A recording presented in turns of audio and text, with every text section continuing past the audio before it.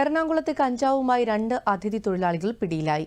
ഒറീസ സ്വദേശി സന്തോഷ് മഹന്തി, അസം സ്വദേശി ദിനുൽ ഇസ്ലാം എന്നിവരാണ് കുറുപ്പുംപടി പോലീസിന്റെ പിടിയിലായത്. 2.5 കിലോ കഞ്ചാവാണ് ഇവരുടെ പക്കൽ നിന്നും പിടിച്ചെടുത്തത്. ഇന്നലെ രാത്രി അശുമന്നൂർ പഞ്ചായത്തിലെ മേദല തുരങ്ക ഭാഗത്ത് വെച്ചാണ് പ്രതികൾ പോലീസ് പിടിയിലായത്.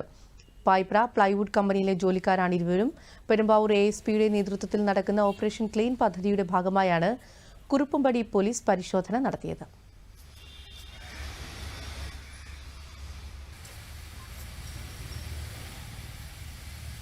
രണ്ട് അന്യസംസ്ഥാന തൊഴിലാളികളിൽ നിന്നായിട്ട് 2.5 കിലോയോളം കഞ്ചാവ് സീസ് ചെയ്യാനായിട്ട് ഇടയായിട്ടുള്ളത്.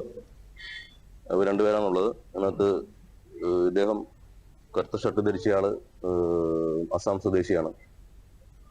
ബൾക്ക് ക്വാണ്ടിറ്റി കഞ്ചാവ് കൊണ്ടുവന്ന്